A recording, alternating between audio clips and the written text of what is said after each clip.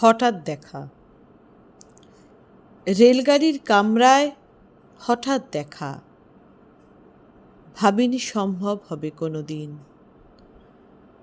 আগে ওকে বারবার দেখেছি লাল রঙের শাড়িতে, ডালিম ফুলের মতো রাঙা।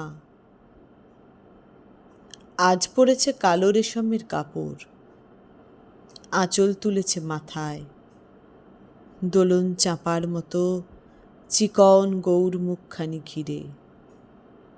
মনে হলো কালো রঙে একটা গভীর দূরত্ব ঘনিয়ে নিয়েছে নিজের চারদিকে, যে দূরত্ব সর্ষে ক্ষেতের শেষ সীমানায় শালবনের নীলাঞ্জনে।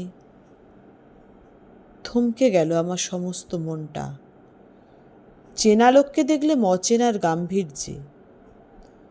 হঠাৎ খবরের কাগজ ফেলে দিয়ে আমাকে করলে নমস্কার। সমাজবিধির পথ গেল খুলে। আলাপ করলেম শুরু। কেমন আছো, কেমন চলছে সংসার ইত্যাদি।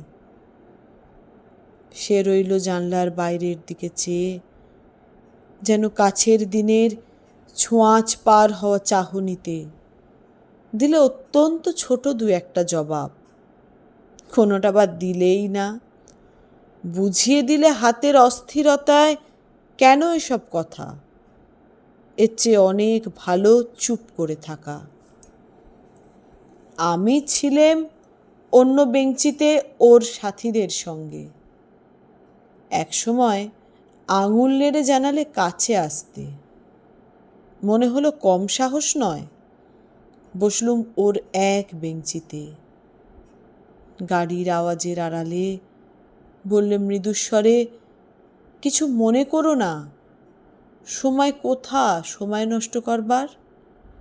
আমাকে নামতে হবে পরের স্টেশনেই।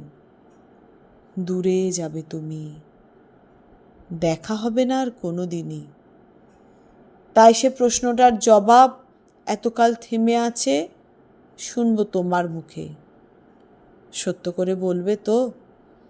আমি বললেম, বলবো। বাইরের আকাশের দিকে তাকিয়েই শুধলো, আমাদের গেছে যে দিন একেবারেই কি গেছে? কিছুই কি নেই বাকি? একটুকু রইলেম চুপ করে। তারপর বললেম, রাতের সব তারাই আছে দিনের আলোর গভীরে। খটকা লাগলো। কি জানি বানিয়ে বললেম নাকি? ও বললে, থাক, এখন যাও ওদিকে। সবাই নেমে গেল পরের স্টেশনে, আমি চললেম একা।